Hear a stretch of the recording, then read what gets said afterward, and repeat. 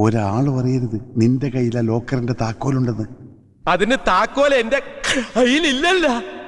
എടാ, മരുന്ന് ഡപ്പിക്കുള്ളിൽ നീ അത് എടുക്കുമല്ലോ. എടുക്കണേ? പിന്നെ നിന്നോട് ഇത്ര നേരം പറഞ്ഞോണ്ടിരുന്ന എന്താടാ? മരുന്ന് കപ്പി.